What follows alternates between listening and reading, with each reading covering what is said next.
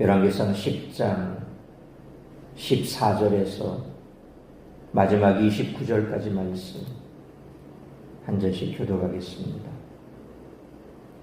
솔로몬의 세입금의 무게가 금 666달란트요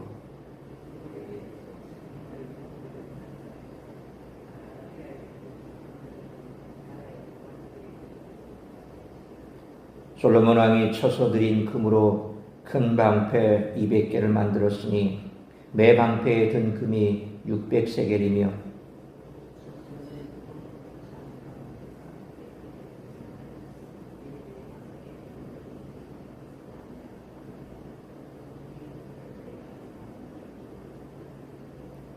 왕이 또 상하로 큰 보좌를 만들고 정금으로 입혔으니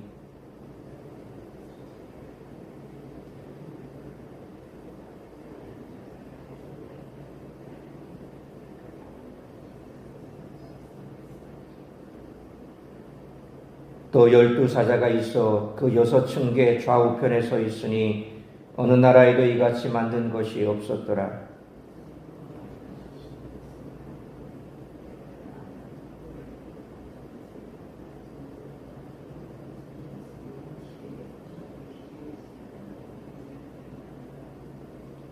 왕이 바다에 다시스 배를 두어 히람의 배와 함께 있게 하고 그 다시스 배로 3년에 한 번씩 금과 은과 상아와 원숭이와 공작을 실어 왔음이더라.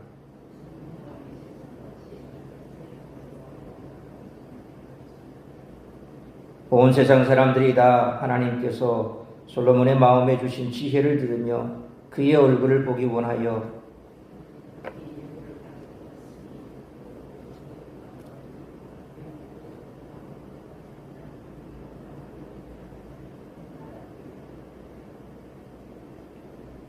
솔로몬이 병거와 마병을 모으매 병거가 1400대요 마병이 12000명이라 병거성에도 두고 예루살렘 왕에게도 두었으며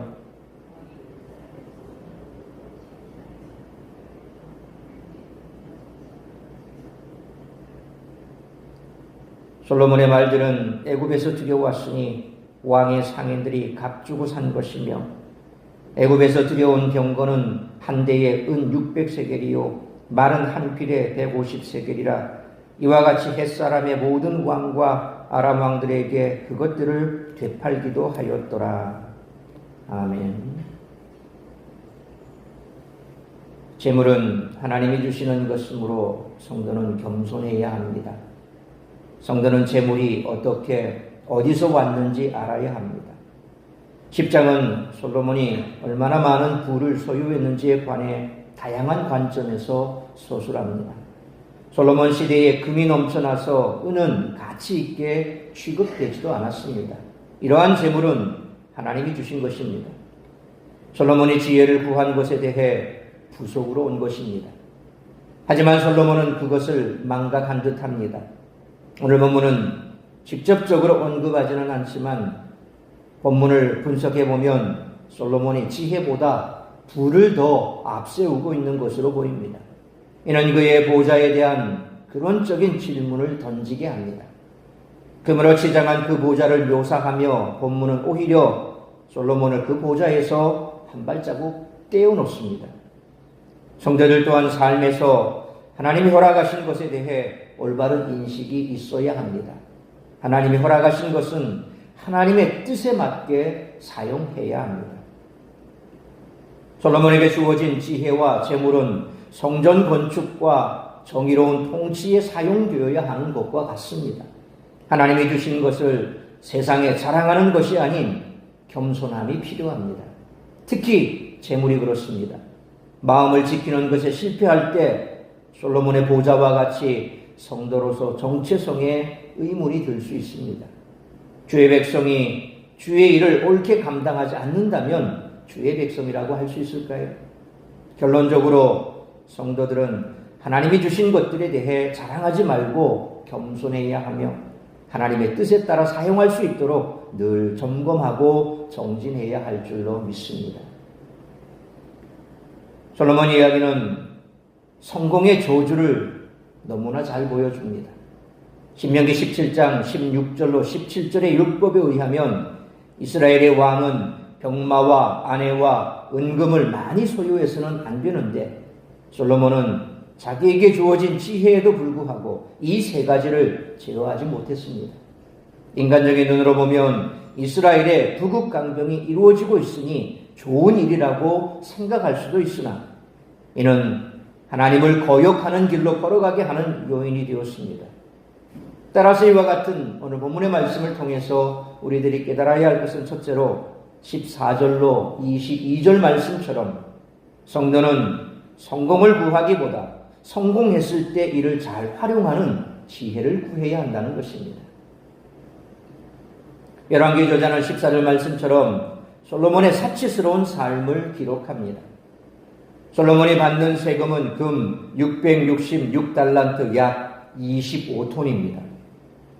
그 외에도 15절 말씀처럼 관세까지 걷었으니 세수는 그보다 더 컸습니다. 그러다 보니 16절로 17절 말씀처럼 의전용 금방패 수백 개를 만들고, 18절로 20절 말씀처럼 상아로 만든 보좌를 금으로 씌워도 금이 남아서 21절 말씀처럼 모든 그릇을 금으로 만들 정도로 사치가 극에 달합니다. 22절 상반절 말씀처럼 솔로몬이 당시 다시스로부터 이스라엘 지역에 이르는 지중해 무역을 주도하고 있었던 페니키아 곧 두로와인 히람과 협력해서 무역으로 큰 이익을 얻었기에 가능한 일이었습니다. 지중해를 다니며 무역하던 다시스배를 통해 수입한 물품은 22절 하반절 말씀처럼 금, 은, 상아, 원숭이, 공작 등으로 백성의 생활에 필요한 것들이 아니라 왕의 사치와 허영심을 채우기 위한 것들이었습니다. 이처럼 솔로몬의 부가 늘어나는 것에 비례해 이방의 영향력도 커져갔습니다. 솔로몬처럼 우리도 하나님이 주신 지혜를 통해 사회적으로 중요한 역할을 감당할 수 있습니다. 이때 우리는 그렇게 이룬 놀라운 성과를 통해 자신을 자랑하는 것이 아니라 모든 것을 허락하신 하나님 앞에서 겸손히 감사해야 합니다. 하나님이 주신 복으로 하나님을 높일 수 있도록 기도해야 한다는 것입니다. 그러므로 성공을 구하기보다 성공했을 때 이를 잘 활용하는 지혜를 구하는 우리 모두가 되시기를 축원합니다. 두 번째로 23절로 25절 말씀처럼 성도는 하나님이 주신 지혜로 자기를 위해 은금을 쌓아서는 안 된다는 것입니다. 솔로몬은 3장 9절 말씀처럼 백성을 바르게 재판하기 위해 지혜를 구했습니다. 그러나 이제 솔로몬을 찾아오는 사람들은 억울하고 곤란한 상황에 빠진 백성이 아니라 24절로 25절 말씀처럼 은과 금으로 만든 그릇과 의복, 갑옷, 향품, 말, 노새를 바칠 수 있는 세상의 부자들이었습니다. 이에 솔로몬의 지혜는 점차 이방의 왕들을 위해 그리고 그들이 가져다주는 예물을 위해 사용되기 시작했습니다. 물론 솔로몬은 하나님이 복을 주셨기에 세상 그 어떤 왕보다 지혜로웠고 23절 말씀처럼 재산도 많이 소유할 수 있었습니다.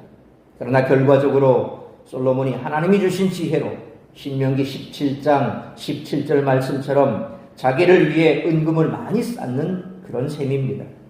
삼손처럼 하나님이 주신 능력을 죄에 사용하는 어리석음을 솔로몬도 저지르고 있었습니다. 그러므로 하나님이 주신 지혜로 자기를 위해 은금을 쌓는 것이 아니라 하나님의 영광을 위해 주의 몸된 교회를 위해 선한 일을 위해 사용할 수 있는 우리 모두가 되시기를 축원합니다. 세 번째로 26절로 29절 말씀처럼 성도는 부와 세상의 권세와 명예만 추구하는 삶을 살아서는 안 된다는 것입니다. 솔로몬이 다스리는 예루살렘은 27절 말씀처럼 은과 백향목이 넘쳐날 정도로 부유했습니다. 그런 26절 말씀처럼 이 재물로 병거와 마병을 모으기 시작했고 병거성도 세웠습니다. 무엇보다 28절 말씀처럼 그 병거와 마병을 위한 말들은 애굽에서 사들여 왔는데 이는 신명기 17장 16절에 병마를 많이 얻으려고 그 백성을 애굽으로 돌아가게 하지 말라라는 하나님의 말씀을 정면으로 무시하는 것이라 할 수 있습니다. 솔로몬은 거기서 그치지 않고 29절 말씀처럼 그것을 헷과 아람의 왕들에게 팔기도 했으니 국제 무기 거래에까지 손을 댄 셈입니다.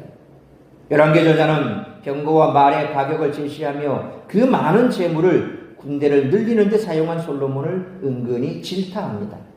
백성들을 돌보기보다 군사력을 강화하고 그것을 통해 왕의 권세를 드높이는 데만 관심을 갖는 왕은 결국 하나님께 버림을 받게 마련이라는 것입니다.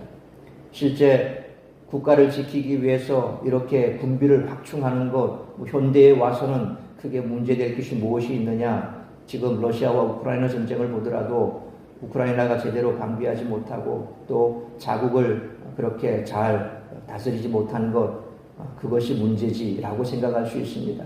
그래서 이 러우 전쟁 때문에 우리나라 국가 지금 방산 특수를 맞아서 얼마나 무기가 많이 팔리고 있습니까?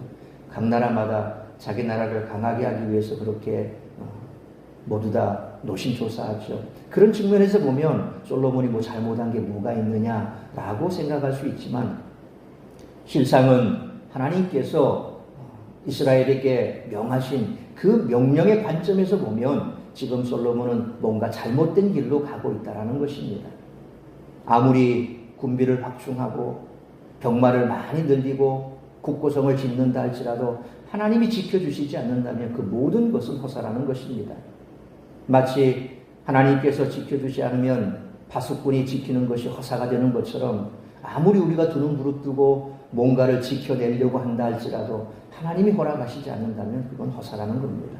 지금 솔로몬이 무엇이 중요한 것인가에 대해서 잘못된 결정을 내렸고 그 잘못된 길로 들어서 있다라는 것을 열왕기 저자는 그것을 말씀하고 있는 것입니다. 그러므로 솔로몬처럼 부와 세상의 권세와 명예를 높이는 데만 사용하다 하나님의 징계를 받지 않도록 영적인 것에 가치를 두고 온전히 하나님만을 섬기는 우리 모두가 되시기를 축원합니다. 사랑하는 성도 여러분, 재물이 많은 것, 힘이 있는 것이 뭐가 나쁘냐고 항변할 수 있습니다. 그러나 솔로몬이 이방 왕들과 다를 바 없이 두국강병을 추구했듯이 우리도 부와 권세를 추구하면 결국 하나님을 의지하기보다 재물과 권세를 의지하게 됩니다. 물론 하나님이 복을 주시면 부유해질 수도 있고 힘을 가질 수도 있습니다. 그럼에도 부와 권세는 우리가 의지할 대상이 아님을 잊지 말고 오직 하나님만 의지해야 한다는 것입니다.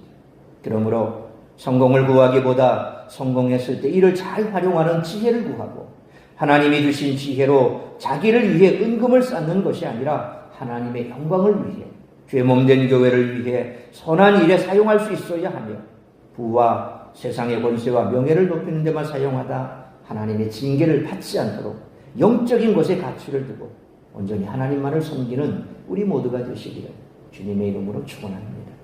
기도하겠습니다. 거룩하신 아버지 하나님, 은혜와 사랑을 감사합니다. 오늘 말씀처럼 전무후무한 하나님의 지혜로 많은 부와 권세와 명예와 그리고 자신이 쌓아놓은 그 모든 것들로 세상의 이름을 날렸던 솔로몬의 모습이 점점 변질되어 감을 볼 수가 있습니다. 하나님이 주신 지혜로 이제는 하나님의 영광보다는 백성을 잘 다스리겠다고 그렇게 하나님 앞에 다짐하고 하나님으로부터 받았던 그 지혜를 이제는 백성을 다스리는 것이 아니라 많은 사람들이 가지고 오는, 많은 왕들이 가지고 오는 그와 같은 자신에게 바쳐진 재물에 눈이 멀어가는 솔로몬의 모습을 보게 됩니다. 우리 역시도 하나님께서 주신 부와 귀와 명예가 있다면 그것이 하나님의 영광을 위해 쓰여야 마땅할 것인데 오히려 그것을 통해서 자신의 명예를 높이고 자신을 드러내고 하나님보다는 세상 속에서 그것을 의지하며 살아가는 어리석은 사람들을 참 많이 보게 됩니다. 우리가 이와 같이 하나님께서 지혜를 주시고 또 부와 명예와 귀와 재물을 주신다면 오히려 그것을 얻기 전 그런 것이 있을 때에 하나님의 영광을 위하여 지혜롭게 사용할 수 있기를 기도하고 또 주님 앞에 그렇게 기도했다면 그것을 온전하게 실천하며 세상이 주는 것은 잠시뿐입니다. 그것으로 하나님의 영광을 위해 주의 몸된 교회를 위해 헌신하는 삶을 살아가는 것이 더 가치 있고 오히려 그러한 것들은 내 것이 아니라 하나님께서 세상을 위해서 또 연약한 자들을 위해서 주의 몸된 교회와 복음을 위해서 쓰라고 주신 것인 줄 알고 그렇게 사용할 수 있는 지혜가 있다면 그것만큼 행복한 사람도 없을 것입니다. 그러므로 오늘 다시 한번 우리의 삶을 돌아보며 진정 내가 무엇을 바라보고 살아가고 있고 어디에 초점을 두고 살아가고 있고 또 무엇을 위해서 기도하고 있는지를 다시 한번 돌아보면서 온전한 지혜를 구하고 또 그 지혜 위에 하나님께서 주신 그 모든 것들을 하나님의 영광과 하나님을 위하여 주의 몸된 교회를 위해 헌신할 수 있는 그러한 삶을 살아가기로 결단하는 우리 모든 성도들이 되게 하여 주옵소서. 오늘 이 한날도 나를 통하여 이루고자 하는 하나님의 뜻이 무엇인지 그 뜻을 이루기 위해 달려가는 복된 한날의 삶이 될 수 있기를 간절히 빌고 소원하오며 이 모든 말씀 우리 주 예수 그리스도의 이름으로 기도하옵나이다. 아멘.